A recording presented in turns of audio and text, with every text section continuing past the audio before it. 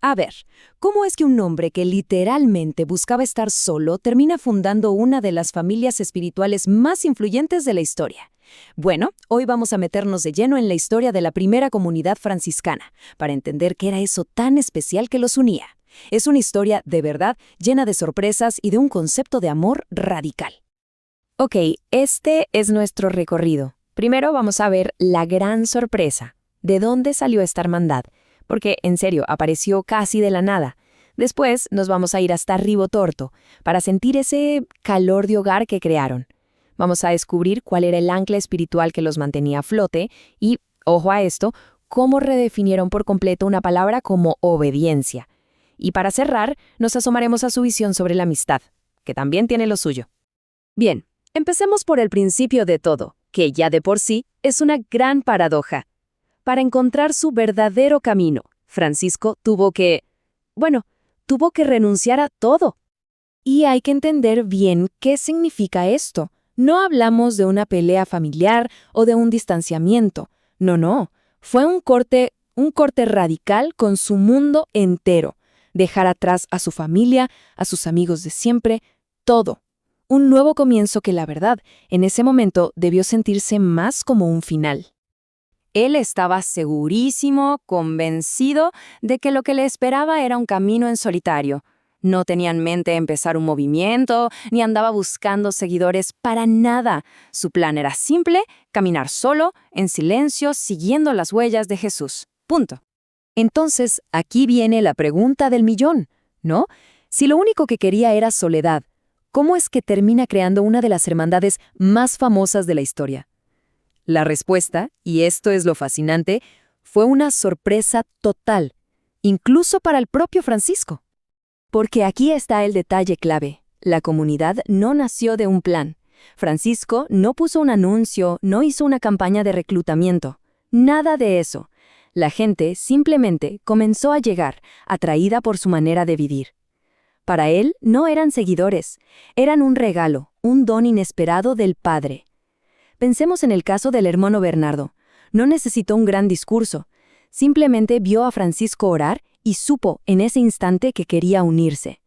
Lo que los conectaba no era un proyecto común, sino algo mucho más profundo, un deseo compartido de encontrar a Dios.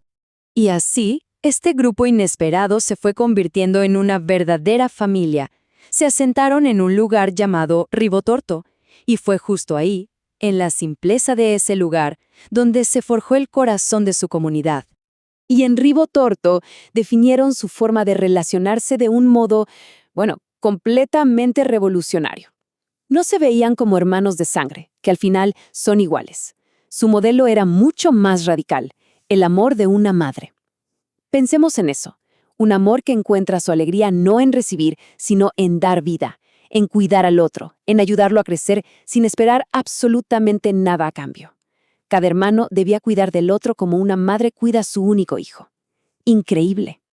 Claro, para poder vivir un amor así, de esa dimensión, se necesitaba un cambio interior tremendo. Había que dejar atrás el egoísmo, lo que en el texto original se describe como el yo estrecho y mezquino, para poder construir un nosotros amplio y fecundo. Era, en esencia, la renuncia al ego para poder crear comunidad de verdad.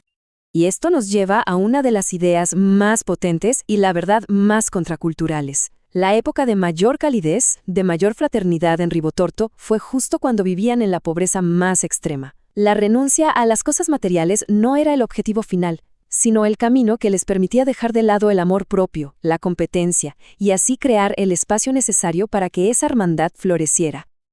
Pero, a ver, ¿qué era lo que mantenía unida a esta familia en medio de tanta dificultad, de tanto sacrificio? Necesitaban un ancla, un centro espiritual que le diera sentido a todo lo que hacían. Y esa ancla era su fe profundísima en la presencia de Cristo, sobre todo en la Eucaristía que se celebraba en las iglesias. Francisco sentía una atracción tremenda por las capillas e iglesias, sin importar si eran grandes o pequeñas, ricas o pobres. Esta oración, que él mismo dejó escrita en su testamento, nos muestra cómo para él cada iglesia era un punto de encuentro sagrado. Y esta fe tenía una lógica práctica, una consecuencia radical en su día a día. El razonamiento era bastante directo. Si Jesús se entrega por completo en la Eucaristía, entonces ellos, para poder recibirlo de verdad, no debían guardarse nada para sí mismos. Esta entrega total y mutua, inspirada en la Eucaristía, se convirtió en la fuente misma de su unidad. Era el centro que los conectaba a todos. Ahora, pasemos a otro de los pilares de su vida, la obediencia. Pero la forma en que ellos la entendían era muy distinta a la idea tradicional. Para ellos no se trataba de someterse, sino de algo mucho más profundo. Para captar su visión de la obediencia, lo mejor es empezar por su contrario, la desobediencia. Para ellos, desobedecer no era tanto rebelarse o decir no a una orden, era algo más sutil, pero mucho más dañino. Era simplemente desinteresarse del otro, desentenderse, no preocuparse por sus necesidades o su bienestar. Entonces, si desobedecer es ser indiferente, la verdadera obediencia es exactamente lo opuesto. Es un compromiso activo de todos los días. Es sentirse responsable por el otro, estar siempre atento a lo que necesita, a cómo se siente, a lo que piensa. Y de nuevo, aparece esa imagen tan poderosa de la madre cuidando a su hijo. Así que el punto clave es este. Para Francisco, el hecho de unirse a la fraternidad era lo mismo que prometer obediencia. ¿Por qué? Porque prometer obediencia no significaba renunciar a la libertad, sino comprometerse a ser un hermano de verdad, a nunca jamás desentenderse de los demás. Y finalmente, vamos a explorar un aspecto fascinante.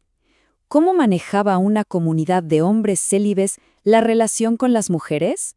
Su enfoque fue uno de un equilibrio y un respeto enormes. Lejos de lo que se podría pensar, no se aislaron del mundo. De hecho, Francisco cultivó amistades muy profundas y significativas con mujeres. Santa Clara, por ejemplo, no fue solo una seguidora, era una consejera espiritual a la que él acudía en momentos de duda. O el caso de Jacqueline de Sete Solis, que fue tan importante para él que pidió que la llamaran para que estuviera a su lado en sus últimos momentos. Esto nos habla de una apertura mental notable para la época. Lo más interesante es que tenían una visión muy equilibrada y, sobre todo, muy realista. Por un lado, veían la amistad como una fuente de alegría, de crecimiento espiritual, pero al mismo tiempo sabían que debían ser muy cuidadosos para proteger la pureza de ese cariño.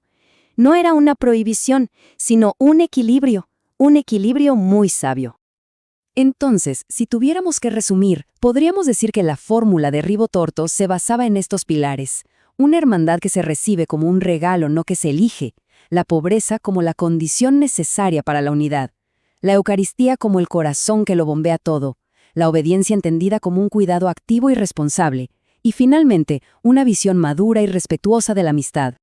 Y con esto cerramos nuestro análisis. La experiencia de Ribotorto, con todo su enfoque en el dar, en la pobreza y en el cuidado del otro, nos deja una pregunta que resuena con fuerza en nuestra época. Una pregunta que, sin duda, invita a reflexionar sobre nuestras propias comunidades y nuestras prioridades.